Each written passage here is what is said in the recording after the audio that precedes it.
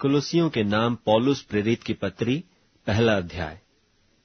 पौलुस की ओर से, जो परमेश्वर की इच्छा से मसीह यीशु का प्रेरित है, और भाई तीमुथियुस की ओर से, मसीह में उन पवित्र और विश्वासी भाइयों के नाम जो कुलुस्से में रहते हैं, हमारे पिता परमेश्वर की ओर से तुम्हें अनुग्रह और शांति प्राप्त होती रहे।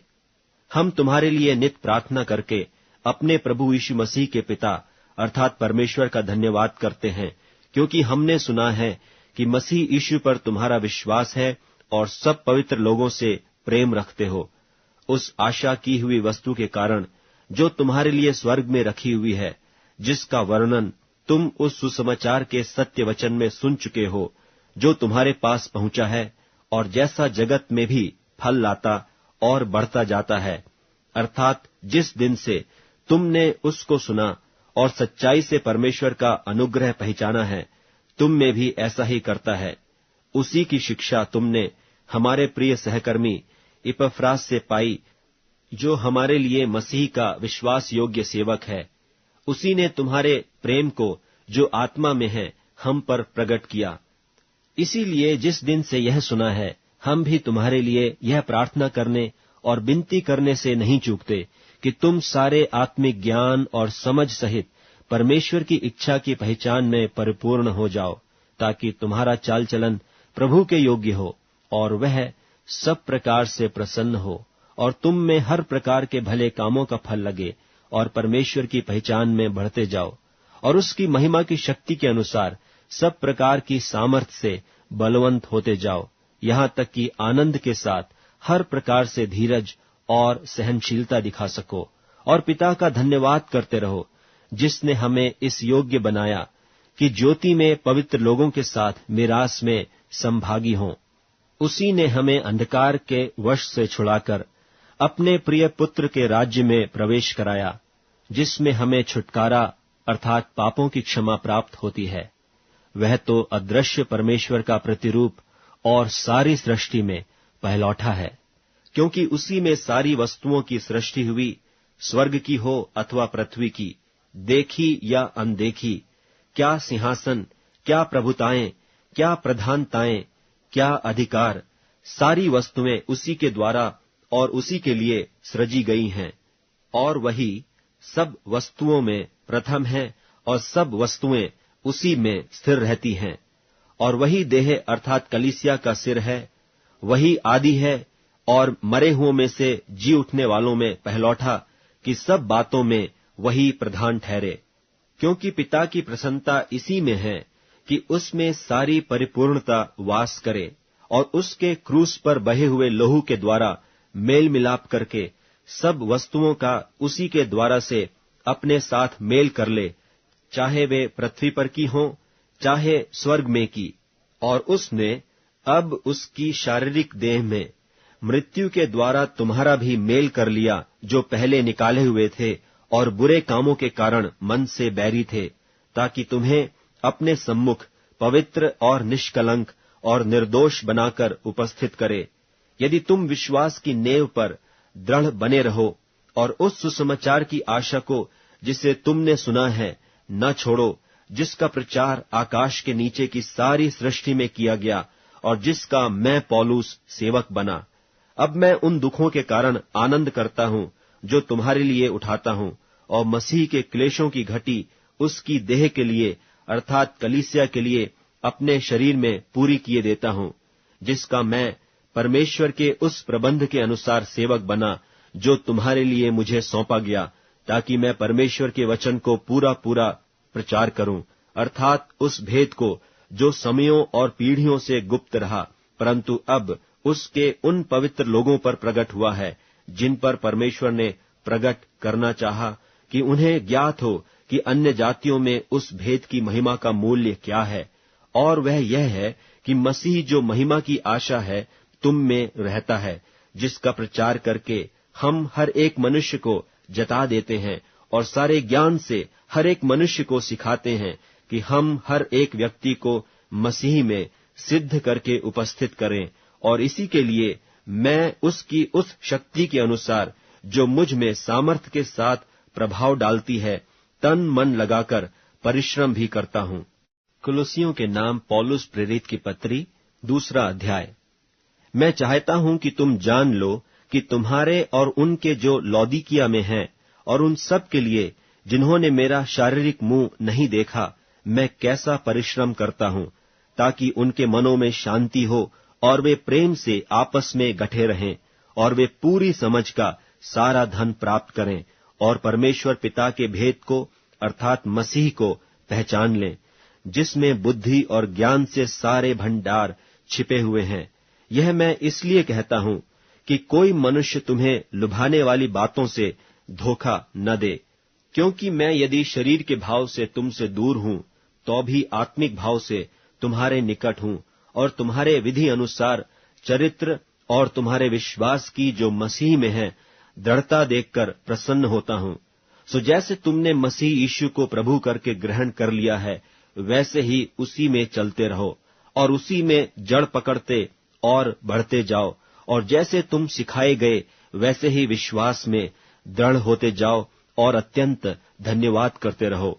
चौकस रहो कि कोई तुम्हें उस तत्व ज्ञान और व्यर्थ धोखे के द्वारा अहेर न कर ले, जो मनुष्यों के परंपराई मत और संसार की आदि शिक्षा के अनुसार है, पर मसीह के अनुसार नहीं, क्योंकि उसमें ईश्वरत्व की सारी परिपूर्णता सदैव वास करती है और तुम उसी में भरपूर हो गए हो, जो सारी प्रधानता और अधिकार का शिरोमणि है।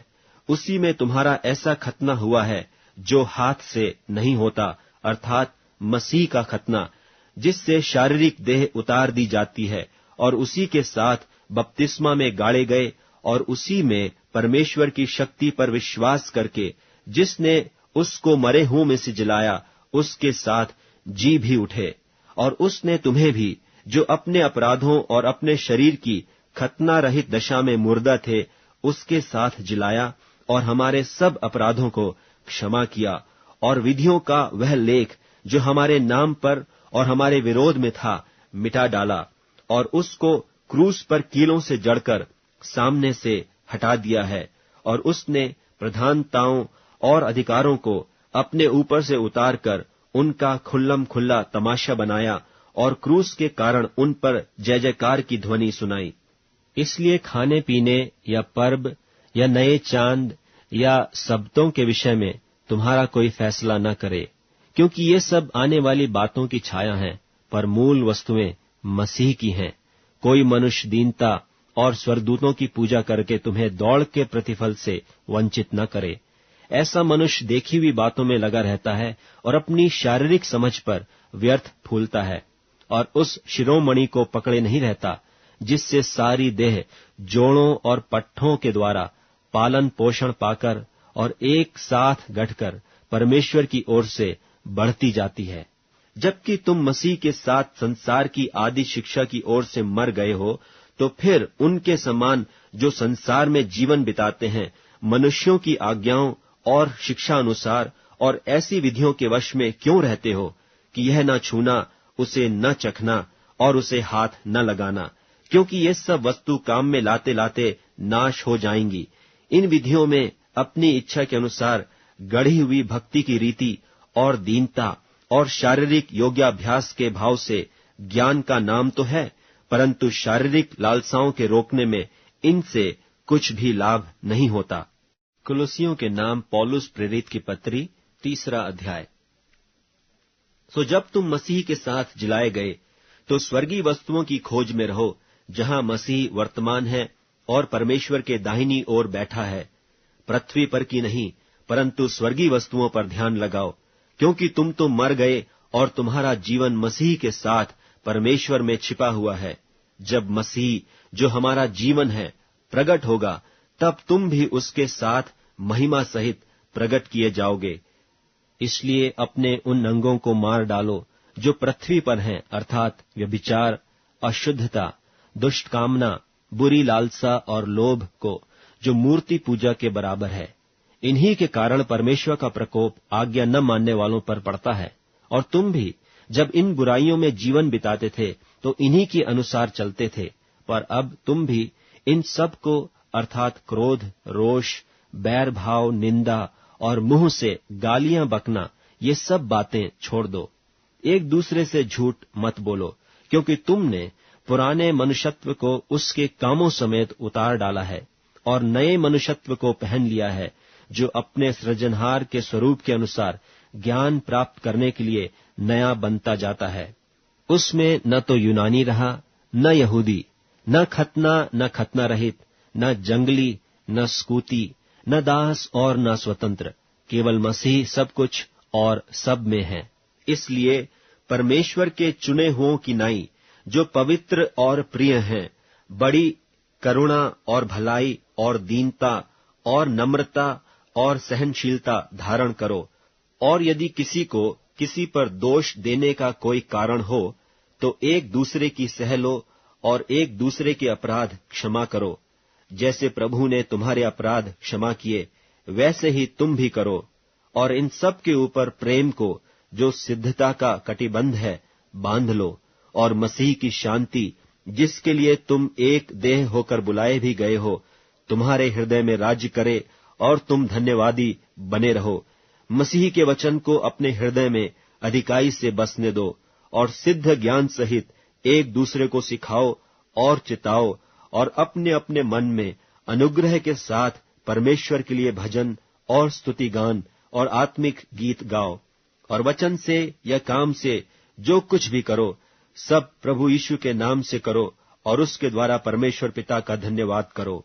हे पत्नियों, जैसा प्रभु में उचित है, वैसा ही अपने अपने पति के अधीन रहो।